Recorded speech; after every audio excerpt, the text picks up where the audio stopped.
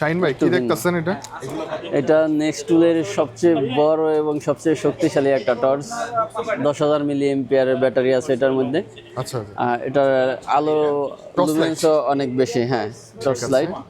এটা তো ভাই Xiaomi ব্র্যান্ডের, তাই না? Xiaomi ব্র্যান্ডের Xiaomi একটা sub brand. Sub brand, next Xiaomi একটা সাব ব্র্যান্ড। আচ্ছা দেখেন এইটার ছোট সাইজটা কিন্তু আনবক্সিং করা আছে। দেখেন এটা লাইটের পাওয়ার কেমন, প্রচন্ড অনেক পাওয়ার আলো। হবে।